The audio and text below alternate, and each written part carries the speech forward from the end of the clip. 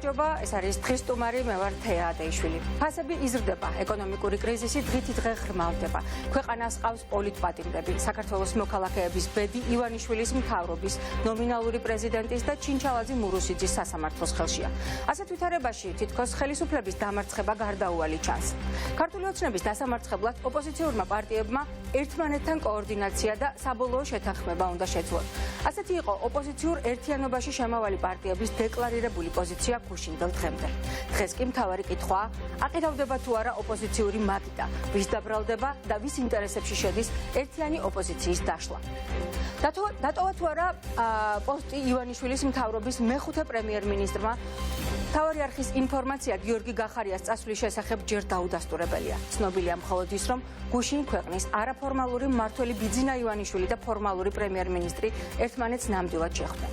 კულუარული ცნობებით ივანიშვილმა გახარიას თანამდებობის დატოვება მოთხოვა, რასაც პრემიერი არ დაეთანხმა.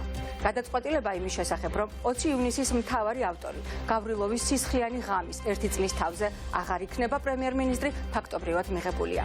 ქვეყნის რიგით მე-6 პრემიერ-მინისტრი შესაძლოა სუსის ხელმძღვანელი გიორგი ლიულაშვილი გახდეს. ასევე საუბარია იუსტიციის მინისტრ თეა წულუკიანზე და რეგიონული განვითარებისა და ინფრასტრუქტურის მინისტრის მაია ცკიტიშვილის კანდიდატურაზეც.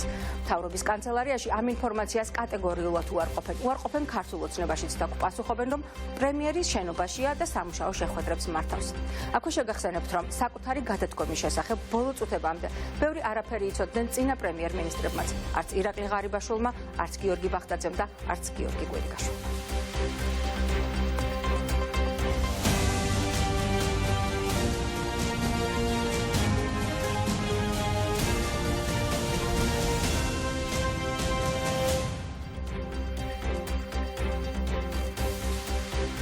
დღის მთავარი პოლიტიკური საკითხების შესახებ დღის მთავარ პოლიტიკურ სტუმრებთან ვიწყებთ საუბარს. ჩვენი სტუმარია ლელოს ლიდერი ბადრი ჯაფარიძე.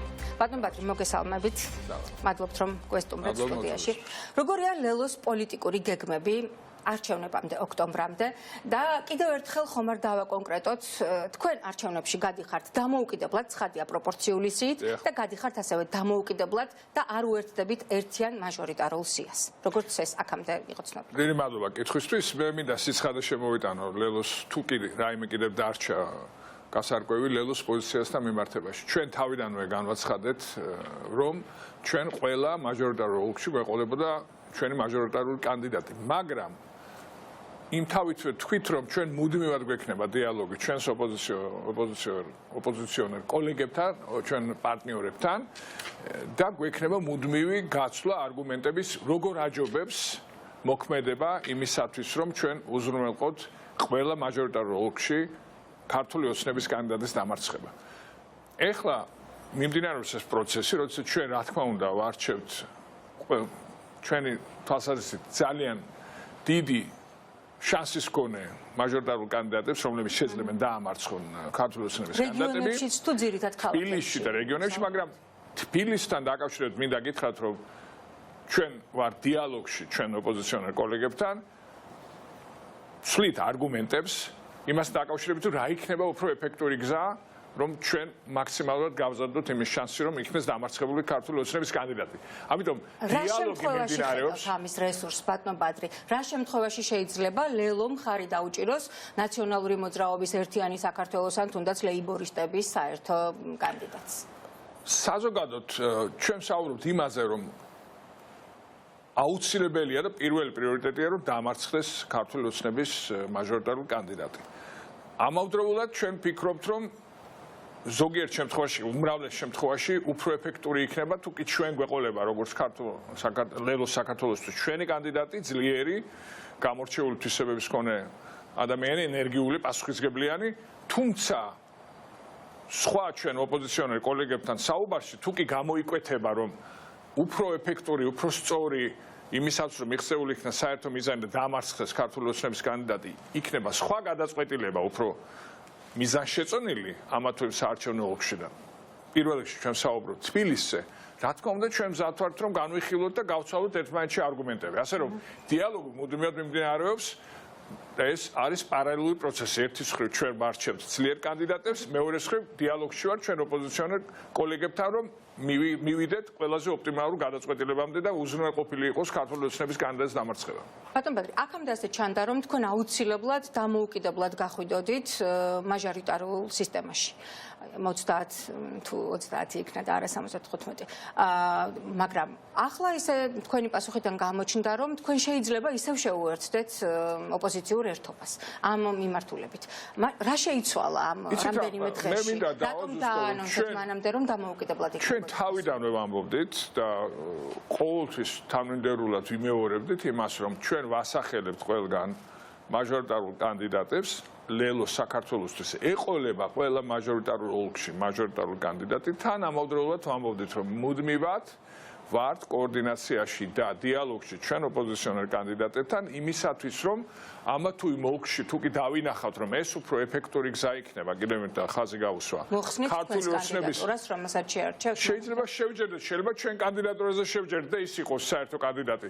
ჩვენ ხო არ ვიცით. აქედან გამომდინარე, ეს ერთმეორეს არ გამორიცხავს. ასე რომ შესაძლებელია ლელოს კანდიდატი იყოს ყველა ოპოზიციური პარტიისათვის მისაღები. თავიდანვე რომ შეთანხმებთ და ეს ორაზროვნება რომ მოგეხსნათ, თავიდანვე რომ შეთანხმებულიყავით ერთიან კანდიდატზე, ეს უფრო ეფექტური არ იქნებოდა ივანიშვილის დასამარცხებლად. გონია ჩვენი შეხედულებით ძალიან მნიშვნელოვანია რომ ჩვენ მაქსიმალურად წავართვათ ხმები ქართულ ოცნებას. ამიტომ არის აუცილებელი რომ ლელო საქართველოსთვის, რომელიც ყოველდღიურად იზრდება და უნდა გითხრათ რომ COVID-19 პანდემიის პირობებში როცა შეზღუდული ვიყავით ამდენად გაორმაგდა წევრების და ხარდამჭერების რიცხვი ლელო საქართველოს. რამ გამოიწვიეს როგორ ფიქრობთ? როგორ ჩანს ინტერესი და რწმენა და ნდობა იზრდება საზოგადოებაში ლელოს მიმართ. ამიტომ ჩვენ მიგვაჩნია რომ ჩვენი ტაქტიკა არის აბსოლუტურად გამართლებული, თუმცა კიდევ ერთხელ მინდა ხაზი გავუსვა, რომ ჩვენ ყოველთვის გქონდა დატოვებული ასე ვთქვათ დიალოგის არხი ჩვენს პარტნიორებთან, ჩვენს მეგობრებთან.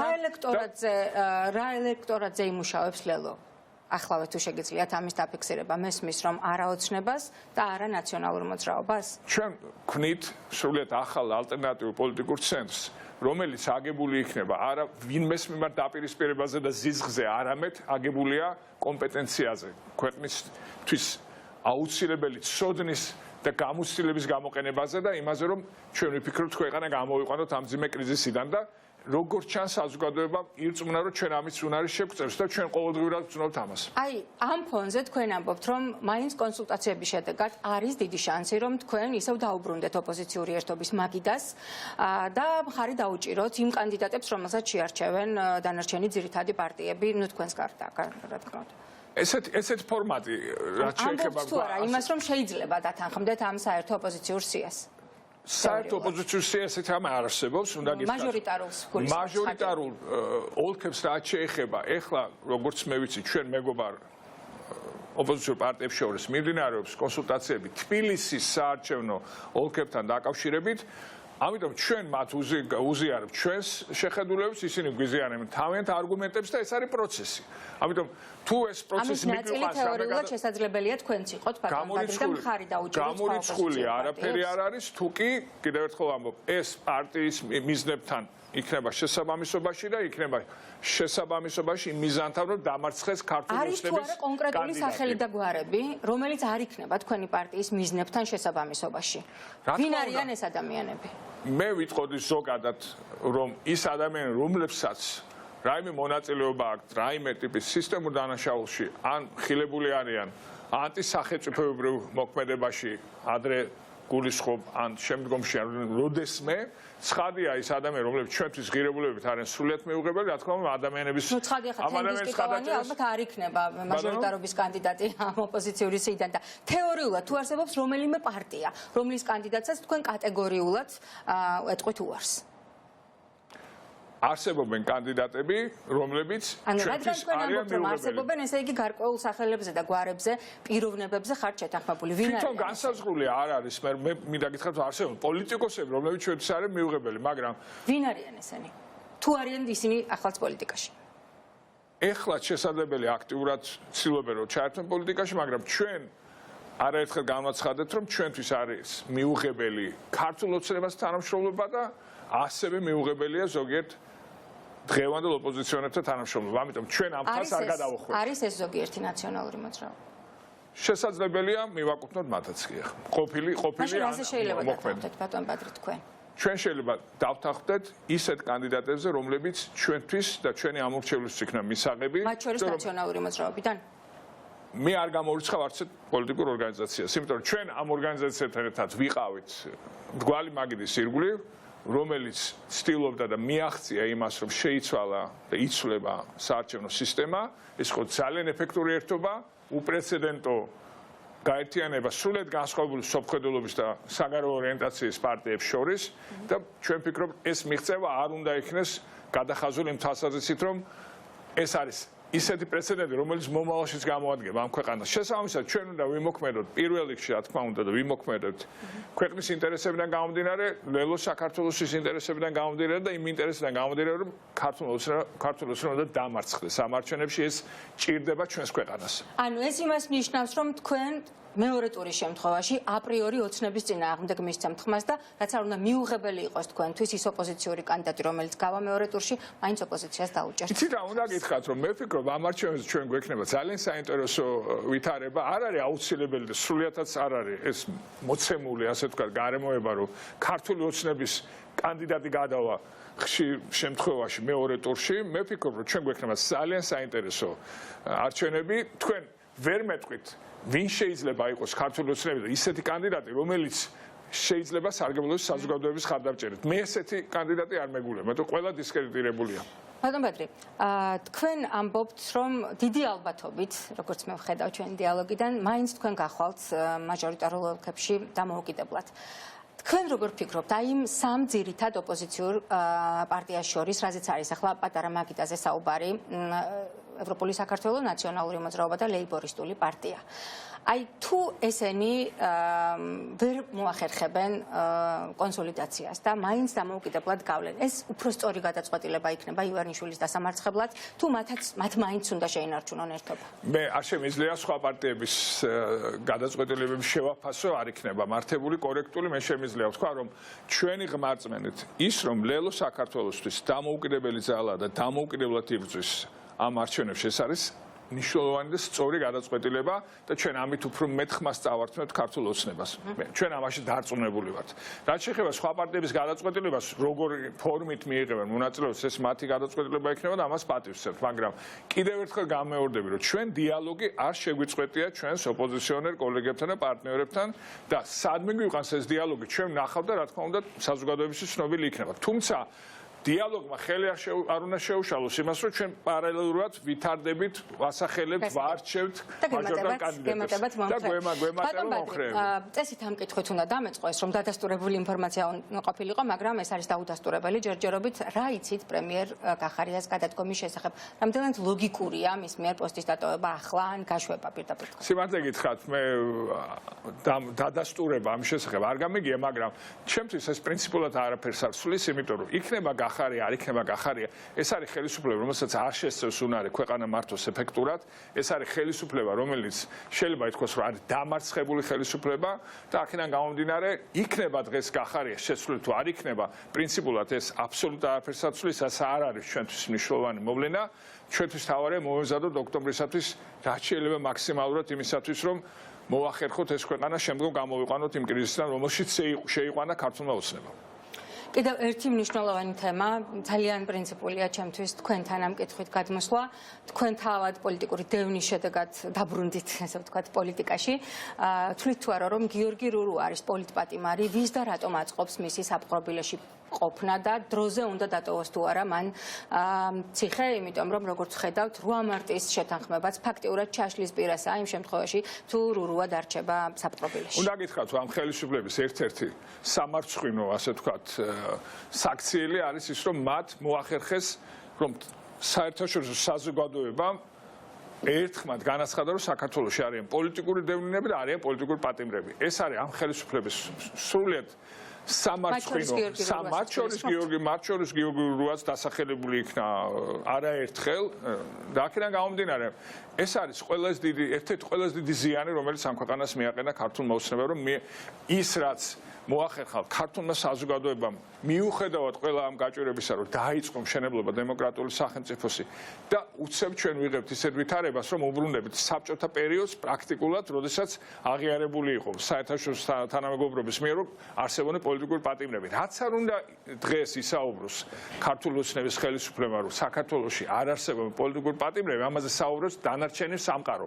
ამიტომ აუცილებელია, რომ ის მიზეზები, რომელმაც გამოიწვია ეს უზარმაზარი ზიანი რეპუტაციული ჩვენი ქვეყნის, ეს მიზეზები აღმოიფხვრას და მათ შორის საუბარია იმაზე, რომ გიორგი ურუას პატიმრობას უნდა დამთავრდეს. ამისთვის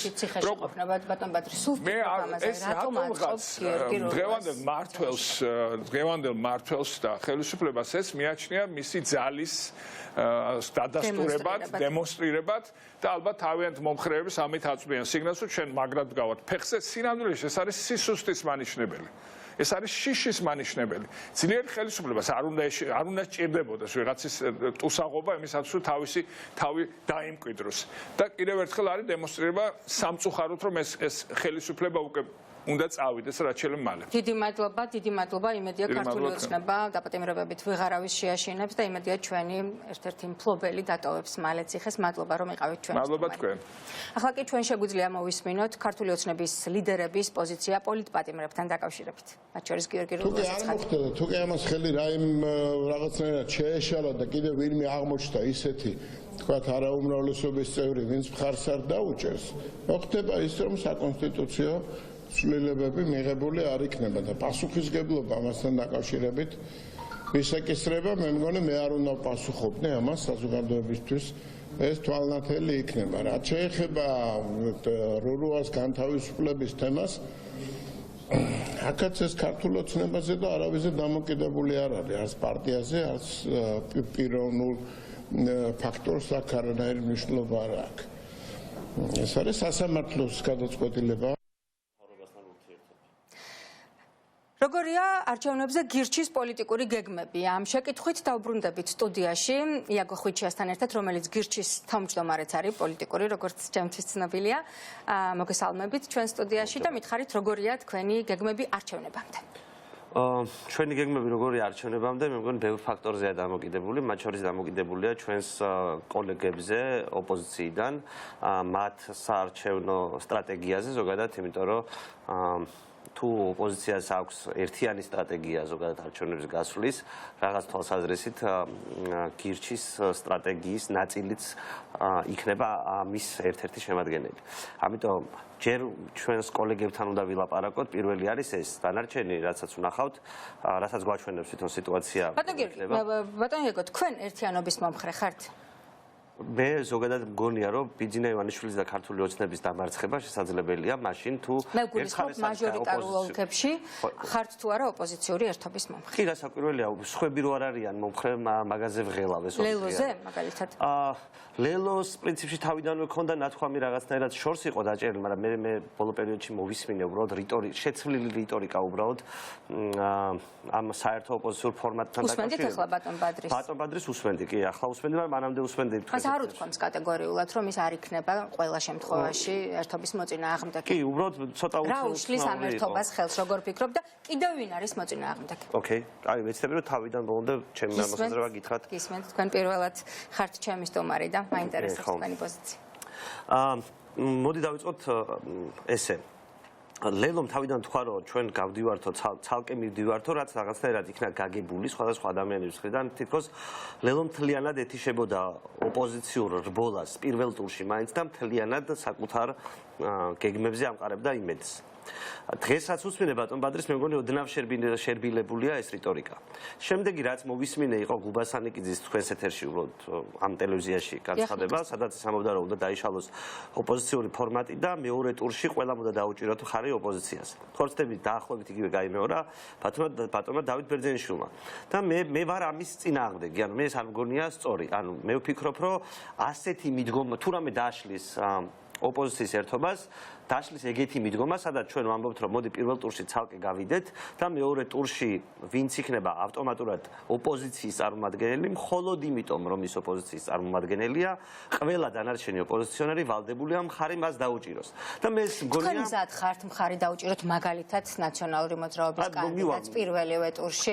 2018 წელს მე მახსოვს, რომ მე მზად ვარ შეთანხმებების დაცვისკენ ზოგადად ასე დავდივარ. ცხოვრებაში ესე მოძრაობ, რომ შეთანხმებები შევასრულო. როდის შედგა შეთანხმება, რომ ყველა გაიყვანდა? ხო, ამაში ჯერ არაფერი არ შემდგა რა. მე მზად ვარ ყველანაირი თამაშისთვის ზოგადად. უბრალოდ მგონია, რომ წარმატებული არც 2018 წელს არ გქონდა შეთანხმება, რომ მეორე ტურში საერთო საპრეზიდენტო კანდიდატს ოპოზიციიდან მხარს დაუჭერდით, იმიტომ რომ ქართულ საზოგადოებას არ უნახავს თქვენი მხარდაჭერა სალომე ზურაბიშვილის საწინააღმდეგოდ და გიორგი გრიგოლ-ვაშაძის სასარგებლოდ. მეორე ტურში განსაკუთრებით ეს იყო თვალსაჩინო და რა შეიძლება მოხდეს იმისთვის, რომ იგივე არ განმეორდეს, რაც 2018 წელს მოხდა გირჩის.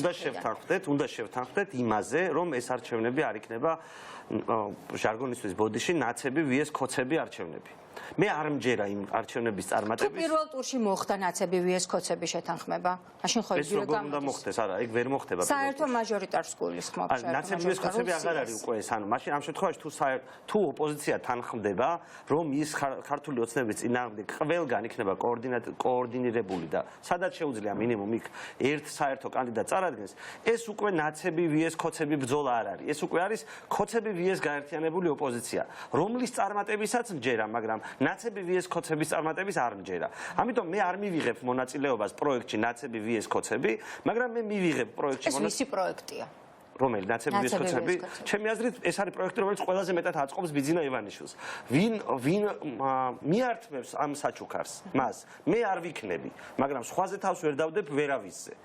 უშვებთ იმას, რომ გირჩი იმ შემთხვევაში მხარს დაუჭერს ნაციონალური მოძრაობის, რადგან ნაცები ვიეს ქოცები ამბობთ კანდიდატს, თუ მეორე ტურები იქნა. მე დავიცავ შეთანხმებას, მაგრამ შეთანხმების გარეშე სულ ერთია ვინ იქნება ამ შეთანხმების მეორე მხარეს, ქოცების საწინააღმდეგოდ, ქართული ოცნების საწინააღმდეგოდ. კითხვა ვერ გავიგე, მოდი ვეცდები რომ დავაზუსტო, რომ გავიგო კითხვა რაზე არის საუბარი. იმ ფორმულას, რომ როდესაც მეორე ტურში მოდი ყველამ ოპოზიციას მხარი დავუჭიროთ, იმიტომ რომ ის ოპოზიციონერია, მაგრამ მანამდე არანაირი შეთანხმება არ აქვს, მხოლოდ ამაზე შეთანხმდეთ. ეს შეთანხმება ჩემს გარეშე ჩაივლის, იმიტომ რომ მე ამ ფორმულის არ მჯერა ფიზიკურად. და შესაბამისად, რაც არ მჯერა, იმაში მონაწილეობას არ მივიღებ. მაგრამ თუ ოპოზიციის თამაში არის, რომ ყველანი ვართ ქართული ოცნების წინააღმდეგ და მე ჩემს სამომრჩეველთან იმის ახსნა არ მომიწევს, რომ ნაცები ვიეს ქოცების თამაში რომელიმეს მხარეს ვარ, ან ნაცებისკენ, ან ქოცებისკენ, მაშინ მივიღებ ცხადია. მაგრამ ამისთვის ეს ლაპარაკები, რომ დავიშალოთ ახლა სადაც ვართ იქიდან, ვერ თანხმდებით პირველ ტურებზე, ამის ლაპარაკი. მაშინ, როდესაც ჩემი პარტიისთვის არავის უთქვამს, ისეთი პირობა, რომ ანუ არანაირი პირობა საერთოდ იქნებ თანხმდები, კაცო. როგორ შეიძლება ჩემს გარეშე? თქვენ ამ შეთანხმების ალბათობას. კი, რა თქმა უნდა, მე შეთანხმების ალბათობას უშვებ, ერთობა დაშლილი არ არის ამის თქმა გნებავთ. ჯერ ოპოზიციური ერთობა დაშლილი არ არის, მაგრამ შეიმჩნევა ოპოზიციური პარტიის ლიდერებიდან თუ რაც არიან რიტორიკის ცვლილება, რა რიტორიკის ცვლილებაც ჩემი აზრით თუ მოვიდა სისტემაში დაშლის ოპოზიციაში ვინ ლიდერობენ? მე იდეაში მხოლოდ ის ვიცი, რომელიც საჯაროდ ითქვა. დიახ, რა ითქვა? მაგალითად, თქვენს ეთერში ითქვა გუბას ანიკიძის მიერ, რომ ვერ შევთანხმდებით პირველ ტურებში. ეს შეუძლებელია და მოდი მეორე ტურზე შევთანხმდეთ, რომ ყველამ ოპოზიციურ კანდიდატს მხარი დავუჭიროთ და ვინც გავა მეორე ტურში, იმას დაუჭიროს ავტომატურად ყველამ მხარი, იმიტომ რომ ოპოზიციონერია. მე არ მჯერა ეს სპეციალური მე სუბიექტებზე ვამბობ. ისინი რატო სუბიექტებზე ვამბობ? ბატონ გუბაზე არ არის. საარჩევნო სუბიექტი, ანუ მაგალითად იყო იგივე თქვა დათო ბერძენიშვილმა. დაახლოებით იგივე თქვა დათო ბერძენიშვილმა, რაც მე მგონია, რომ შემთხვევით არ ხდება. შესაბამისად, ნაციონალურ მოძრაობას ამ წუთას ვერ ვაკრიტიკებ, იმიტომ რომ მათ არაფერი არ უთქვამთ, ველოდები ზოგადად მათგან სხვანაირ დამოკიდებულებას, მინიმუმ იმას, რომ რაზე ვერ თანხმდება ეს ხალხი ხომ და იცოდეს ადამიანებმა. რომ გამომიცხადა ვინმე ვიღაცამ ტელევიზორში, რომ ვერ ვთანხმდებით, ამიტომ მოდი ასე გადავიდეთო. მე ხომ და ავუხსნა ჩემს სამომრჩეველს, რაზე არ შეუთანხმდი ვიღაცას. მე ხო არაფერზე უარი არ მithქვამს. უბრალოდ არავინ მოსულა წინადადებით. ბატონო, ამ შეთანხმებისთვის მზად ხართ, რომ პირველ ტურში საერთო კონსენსუსის მიღწევის შემთხვევაში თქვენ გამოხვალთ და გირჩის ახალგაზრდა და მრავალრიცხოვან ამომრჩევლებს ეტყვით, რომ მხარი დაუჭირეთ მათ ვიზეთ შევთანხმდით. შეიძლება ეს იყოს ლეიბორისტული პარტია, შეიძლება ნაციონალური მოძრაობის, ევროპული საქართველოს კანდიდატები. სხვა ტიპის პარტია, მე საკუთარ თავისუფლებას ვერ მივცემ, მოვუწოდო ჩემს ხარდამჭერებს ვიღაცას მიცეს ხმარი, მაგრამ ნახეთ რას ვამბობ, მე თვითონ მივიღებ გადაწყვეტილებას, ანუ მე თვითონ ვიტყვი ჩემს პოზიციას. საჯაროდ? რა თქმა უნდა, რა თქმა უნდა, საჯაროდ. მე საჯაროდ ვაკეთებ პოლიტიკოსი ვარ, ცხადია. ჩემს პოზიციას პირველ ტურთან დაკავშირებითაც და მეორე ტურთან დაკავშირებითაც მე ვიტყვი საჯაროდ. ჩემს ხარდამჭერებს შეუძლიათ ჩემი აზრი გაითვალისწინონ, არ გაითვალისწინონ, მაგრამ მე მხედარ მთავარი არ ვარ ვიღაცას მოუწოდო, წადით ახლა დალაგდით არჩევნებზე. თუმცა ჩემი პოზიცია იქნება ცხადი. მე რას ვაკეთებ? მეც ხო ვარ ამომრჩეველი. თავისი ელექტორატისთვის პრინციპში ყველა ოპოზიციონერი ლიდერი ან ყველა პოლიტიკური ლიდერი გარკვეულწილად მხედართ მთავარია. მოდით ასე ვთქვათ. მე არ მიყვარს მხედართმთავრის როლში ყოფნა. ანუ მე ვარ ადამიანი, რომელიც ეძებს თანამოაზრეებს საკუთარი მიზნის განსახორციელებლად. მე მაქვს ჩემი მიზნები, მინდა საბჭოთა მართლმსაჯულების სისტემის დაშლა და ამაში ვეძებ თანამოაზრეებს. ესეთი ხალხია ჩემთვის, ჩემი გადმოსახედიდან, ჩემი თანამოაზრეები გირჩიდან. მე მათ უნდა ავუხსნა, რომ ჩვენი საერთო მიზნებისთვის ჩემი ქცევა, რომელსაც მე არჩევნების დღეს გავაკეთე, ჩავიდენ, შემოვხაზავ ვინმეს, ჩვენი საერთო მიზნებისთვის არის უკეთესი. ამის ახსნა უნდა შემეძლოს. თორე ის რომ მეუბნებიან, რომ მეორე ტურში ავტომატურად ოპოზიციონერებს მიეცი, დაუჭირე მხარი.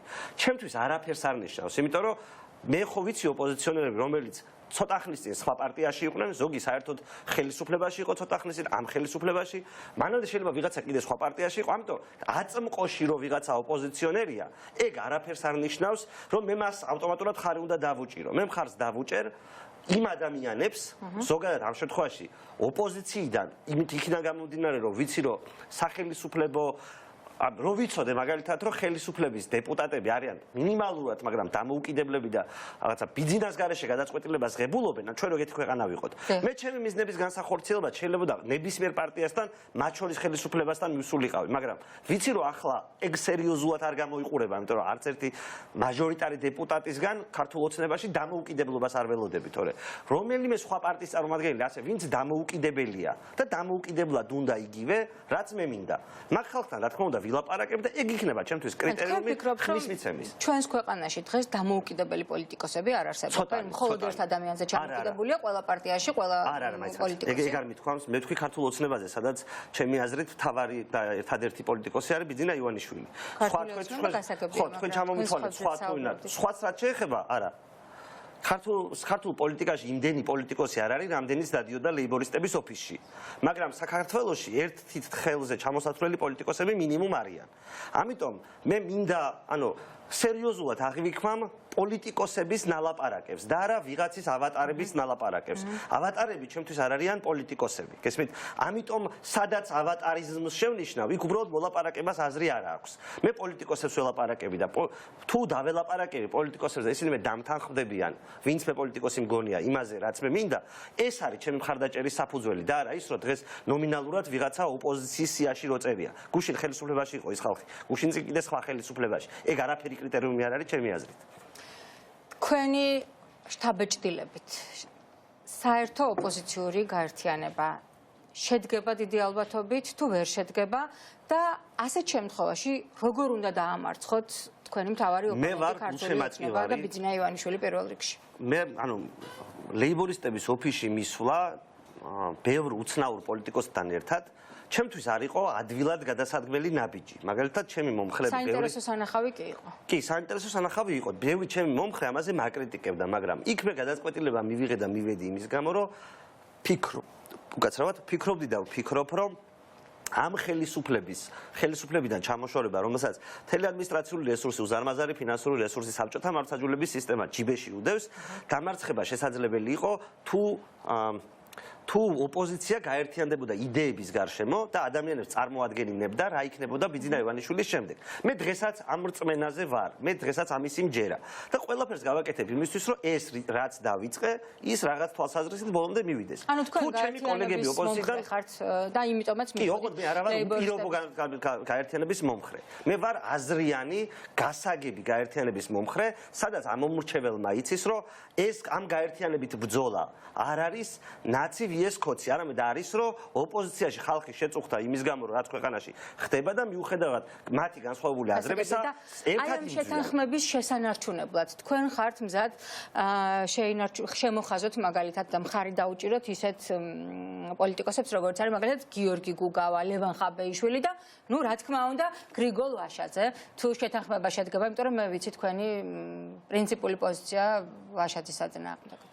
მე ვარ გასაგებია რომ ვერ მოუწოდებთ თქვენ თუ დაუჭერთ მხარს. მე მგონი ახლა ჩემგან ცოტა სპეკულაცია იქნება საუბარი ვიღაცას ან 100%-ით მხარს დაუჭერ არ დაუჭერ. მიღებული უნდა გქონდეს. ნახეთ, არა, მე გადაწყვეტილება მიღებული მექნება მაშინ, როდესაც შეთანხმებაზე მოვაწერ. ამას იცით რატო გეკითხებით ბატონო ეგო მართლა მაინტერესებთ ხარ შეთანხმების მომხრე თუ არა? შეთანხმების მომხრე ვარ, იმიტომ რომ შეიძლება ნებისმიერი კანდიდატი წამოვიდეს ეგრეთ წოდებულ შიდა პრაიმერისში. ეს არის პოლიტიკური სისტემა და ეს პოლიტიკური პროცესი. წარმოიდგინეთ, მე ხო ძალიან ცოტა პოლიტიკის სტუდიაშიც კი როცა სტუმრებს ვარჩევ ძალიან გვიჭირს ადამიანების სხვადასხვა ადამიანების მოწვევა და ერთი და იგივე ვიწევთ იმიტომ რომ პატარა ქვეყანაა პოლიტიკოსებიც ცოტანი ხართ ხო მესმის კი რა თქმა უნდა მე ვარ შეთანხმების შესრულების მომხრე ეს გითხარით მე ხო ამ წუთას არ ვიცი რაზე შეუთანხმდები ვიღაცას მაგრამ რაზეც შევუთანხმდები და რაზეც თქვენთვის გასაგები იქნება რომ შეთანხმება დაიდო. მე იმ შეთანხმებას შევასრულებ. ეს შეთანხმება ახლა ვის შეეხება პიროვნულად იმას რა ქვია ხაბეიშვილს გუგავას თუ ვიღაცა კიდე სხვას ეგ არ არის მნიშვნელოვანი. თუ ჩემთვის ვინმე რადიკალურად მიუღებელია და ახსნა შემიძლია ჩემი მომხრეებისთვის რატო არ უნდა იყოს ეს ადამიანი ზოგადად საარჩევნო კამპანიაში ჩართული მაშინ ალბათ ვიტყვი შეთანხმების დადებამდე მაგრამ შეთანხმებას შევასრულებ როდესაც გასაგები იქნება რომ მე შეთანხმებას ხელი მოვაწერე თუ ვალდებულება ავიღე. გასაგებია, ესე იგი, თქვენ მაინც არა კონკრეტებთ. მითხარით რა გაინტერესებდა გეტყვით. მე გვარები დაგისახელე და თქვენ არ მითხარით. ამ წუთას ანუ სრულიად კონტექსტიდან ვერც ერთზე ვერ გეტყვით, ანუ გინდა რა ვიცი ხაბეიშვილთან მართლა არანაირი პირადი ცუდი ურთიერთობა არა, კარგი ურთიერთობა მაქვს პირიქით. არანაირი საფუძველი დაჟე მიხარია, რომ ჩემი კოლეგა იქნება შემდეგ პარლამენტში. ზოგადად მგონია, რომ ვითანამშრომლებთ კარგად პარლამენტში, მაგრამ ამ წუთას მაგასეთ შემთხვევაშიც კი ვერ გეტყვით, რომ ვინმეს მხარს დავუჭერ. მე ვუჭერ მხარს ჩემს პარტიას, ჩემ იმ პოლიტიკოსებს, რომელიც ჩემი პარტიის სახელით მოქმედებენ. ამის იქით არის შეთანხმების შესრულების საგანი და არა ის, რომ გემოვნებით დამემთხვევა რომელიმე ვისაც თქვენ მეთქვით. აი, ასეთ სიტუაციაში, რაც ახლა ოპოზიციაშია, თქვენ ფიქრობთ, რომ რეალისტური ხდება ბიძინა ივანიშვილის დამარცხება და თუ ეს ასე მოხდა, როგორია თქვენი გადასახედიდან საქართველოს განვითარების მოკლე ეს ძალიან სპეკულაცია იქნება მე რომ რაღაცა ვთქვა, მე მაქვს პოლიტიკური მიზანი. ამ ქვეყანაში შევცვალო საბჭოთა მართლმსაჯულების სისტემა. ამის შეცვლა წარმოუდგენელი მიჩვენება ბიძინა ივანიშვილის ხელში და ვეძებ თანამოაზრეებს, რომელიც ამაში დამეხმარებიან. ოპოზიციასთანაც ამიტომ თანამშრომლობ, ამიტომ მოძრაობ ჩემი მიზნებით იქ.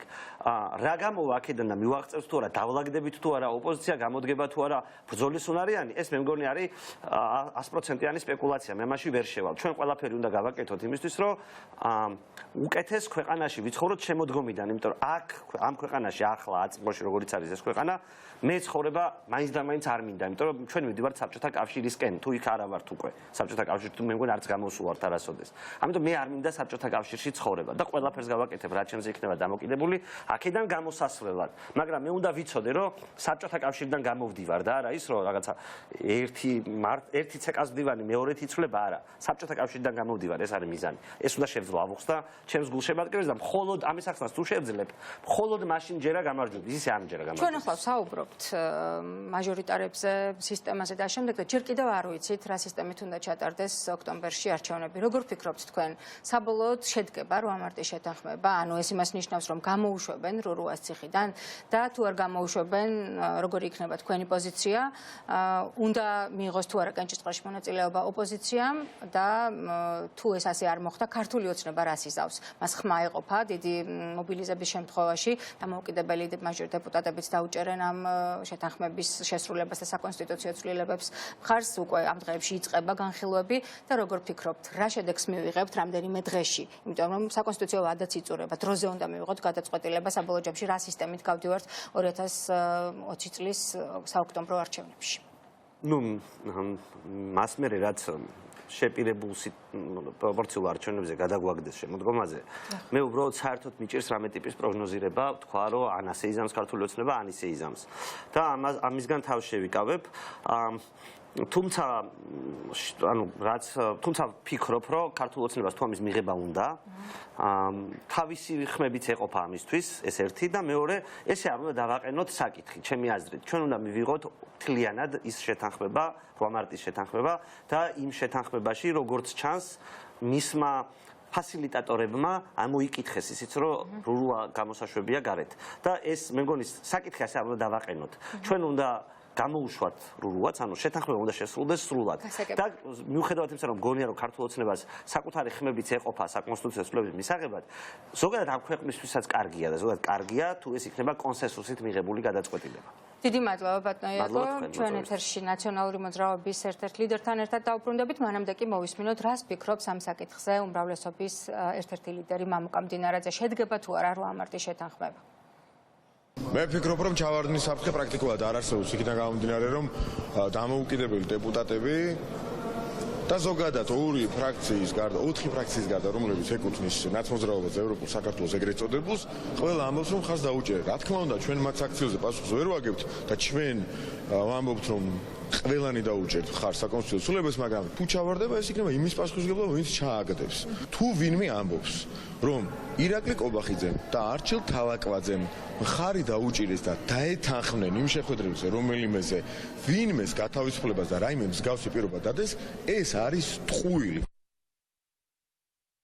ეთერში დავით მელიქიშვილთან ერთად ბრუნდებით, ზურაბ მელიქიშვილთან ერთად ბრუნდებით, ბატონ ზურაბ, რა ხსმენიათ იმ ინფორმაციის შესახებ, რომელიც ცოტა ხნის წინ მთავარმა არხმა გაავრცელა პრემიერ-მინისტრის, კიდევ ერთი პრემიერ-მინისტრის გადადგომის შესახებ. არის თუ არა ეს რეალისტური და თუ ასეა, რამდენად ლოგიკურია ბუნებრივია ეს ნაბიჯი როდის გადაიდგმება ბიძინა ივანიშვილის მხრიდან, ამას არ აქვს მნიშვნელობა, მაგრამ ფაქტი არის ის, რომ ქართველი ხალხის ზეწოლა არის ძალაში, მათ შორის საერთაშორისო ორგანიზაციების, ჩვენი სტრატეგიული პარტნიორების მხრიდან, რომ ის რაც გაკეთდა გახარიას პერიოდში, მათ შორის პირველ რიგში 20 ივნისს, ეს არავის არ ეპატიება. მიუხედავად ამისა, ოღონდ კიდევ ერთხელ ხაზი მინდა გავუსვა. გავრცელებული ინფორმაციით, სწორედ 20 ივნისის მოახლოება არის მისი პოსტის დატოვების დაჩქარების. კი ბატონო, ოღონდ ესეც კიდევ ერთხელ ხაზი მინდა გავუსვა, რომ აი ამ ზეწოლის გასანეიტრალებლად და არა იმისთვის, რომ ვინმე ისეთი პრემიერ-მინისტრობის კანდიდატი წარმოადგინოს ბიძინა ივანიშვილმა, ვინც ხალხის გაჭირვებაზე იქნება ორიენტირებული და არა თავის, ხო, ბუნებრივია თუ დავაკვირდებით ბოლო 8 წელს მთლიანობაში ბიძინა ივანიშვილის მთავარი ამოცანა არის პირადი ექიმი, პირადი დაცვის თანამშრომელი, პირადი ბანკირი და ასე შემდეგ.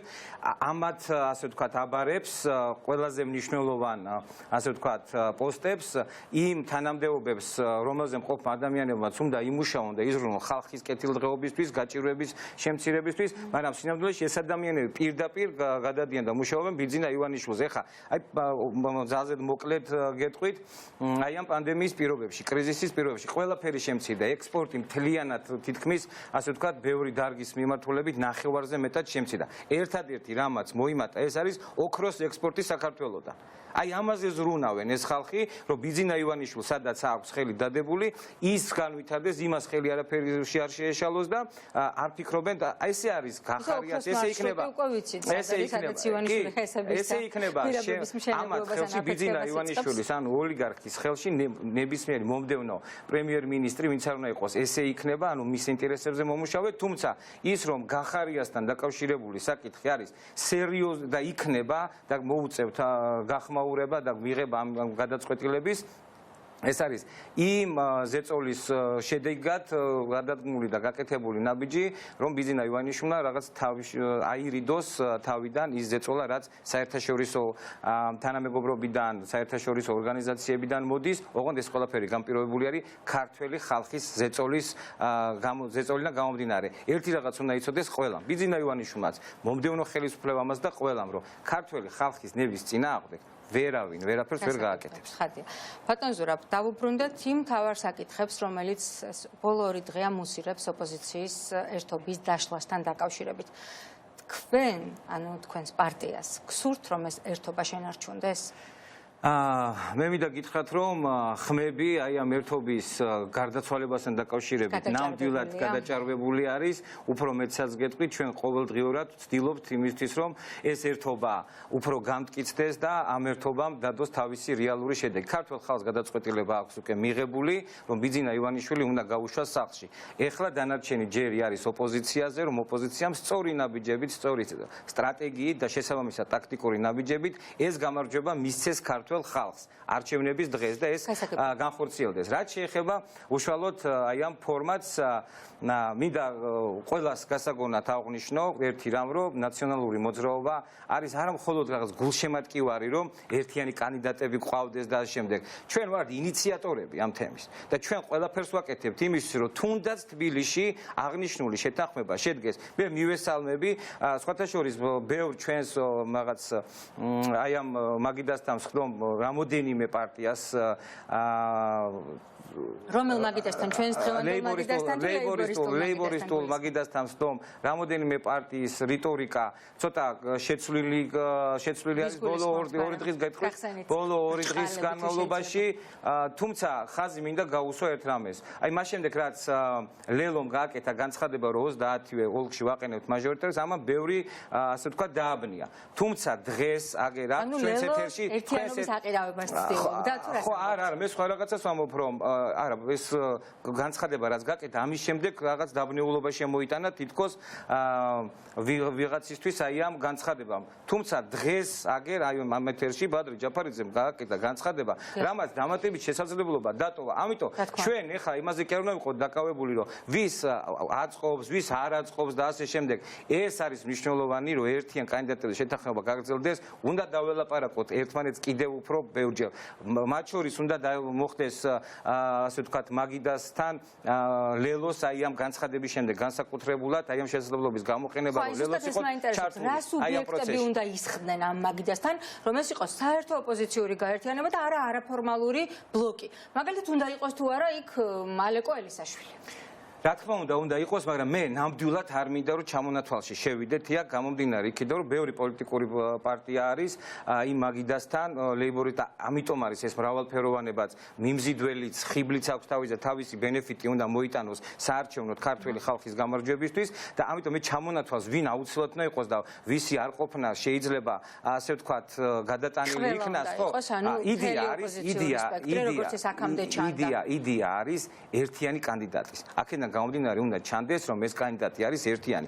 ბუნებრივია, ძალზე მნიშვნელოვანია და მე ვეთანხმები ზოგიერთ რამოდენიმე პოლიტიკურ პარტიას ვისაც ქონდა განცხადება გაკეთებული აი ამ დღეების განმავლობაში ნაციონალური მოძრაობის წილი როლი არის დიდი კი ჩვენ ეს ძალზედ კარგად ვიცით და მინდა ყველას გასაგონად აღვნიშნო ერთიანი ნაციონალური მოძრაობის პოზიცია. ნაციონალური მოძრაობა ყველაფერზე წავა ქართველი ხალხის გამარჯვებისთვის. ამიტომ ჩვენთვის არ არსებობს ადგილები, ისინი, რა ქვია, იქამდენი ადამიანი, იქამდენი ადამიანი, აქ საუბარი არის გამარჯვებაზე. ეს გამარჯვება უნდა მიუტანოს ხალხს. ამ გამარჯვებისთვის, ბატონ ზურაბ, თქვენ ხართ სერიოზულ კომპრომისებზე წამსვლელი, მაგალითად, როგორც ერთ-ერთი დიდი და ლიდერი პარტია, დათმობთ თუ არა სხვა პარტიების სასარგებლოდ თქვენს მაჟორიტარებს. მაგალითად, აი 8-დან რამდენს ითხოვთ? აი პირდაპირ გეუბნებით. ყოველგვარ მე არ მინდა რომ ეს ციფრების და იცის ყველამ, ვინც აი ამ პროცესში არის ჩართული. საარჩევნო სისტემა არითმეტიკაცაა. მე არ მინდა რომ ამ პროცესს იძულებულები ვართ ის კითხვა დაგისვათ.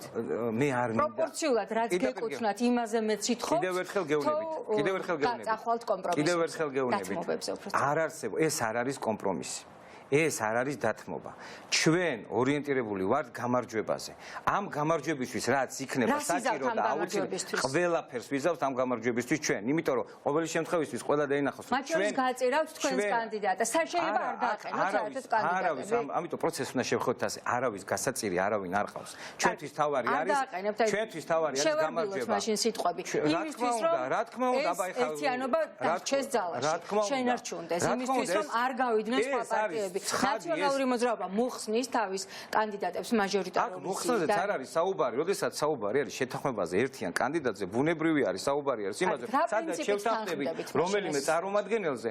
ბატონო რა პრინციპით თანხმდებით, რა უშლის ხელს ამ შეთანხმებას? ფაქტია, რომ რაღაც ხდება ამ ბოლო დღეებში, სხვანაირად საუბრობენ სუბიექტები, რომლებიც ამ მაგიდასთან სხედან. დღეს რა თქმა უნდა, კი, მეც გეთანხმებით, რომ შეერბილებულია ტონი, მაგრამ ფაქტია, რომ რაღაც ხდება და იქნება აგვიხსნათ რა არის ეს რა. არ ვიცი, მე პირდაპირ გეუბნებით. აღელვებული პოლიტიკოსები, აღელვებული პოლიტიკოსები ჩვენც ვნახეთ და ყველას მოუწოდებ, რომ აი ესე თუ არ იქნება და პანიკის დათესვა, ეს არის ბიძინა ივანიშვილის გამარჯვება. პანიკის დათესვა და პანიკის საფუძველი არ აქვს. დღეს პოლიტიკურ სპექტრს და მით უმეტეს საქართველოს მოსახლეობას, რომელმაც აი ამ პროცესიდან გამომდინარე მიიღო უკვე თავისი გადაწყვეტილება და ამ გადაწყვეტილების გაფორმება მოხდება არჩევნების დღეს.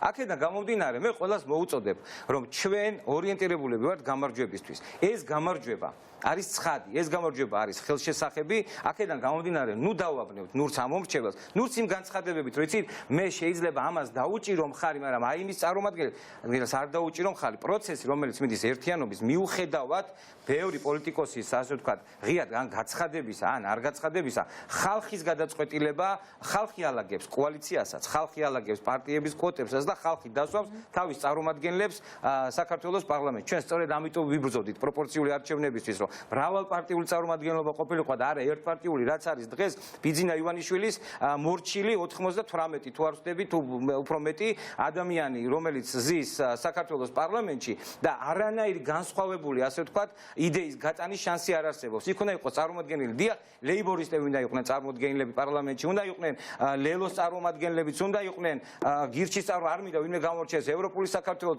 ყველანი უნდა იყვნენ წარმომადგენლები, იმიტომ რომ ვისაც აქვს მხარდაჭერა, იმ დოზით უნდა იყოს იმ პარლამენტში წარმომადგენელი, მისი ხმა უნდა ისმოდეს. სხვანაირად სამოქალაქო სისხნარი არ მიიღება და ნაციონალური მოძრაობა მიუხედავად ბევრი ადამიანის, ასე ვთქვათ, სკეპტიკური რაღაც მინიშნებითი განცხადებებისა, არათუ მზად არის ამ ნაციონალური მოძრაობა იბრძვის იმისთვის, რომ ყავდეს ერთიანი კანდიდატები და ერთიანი ფრონტით შეუტიოთ ბიძინა ივანიშვილს. ყველა -1. ეს არის ჩვენი ამოსავალი წერტილი და ამით შევიკრიბეთ ლეიბორისტულ პარტიაში და ნაციონალური მოძრაობა ბევრისგან განსხვავებით არ ყოფილა უკანა რიგებში, ნებისმიერ აქტივობაში.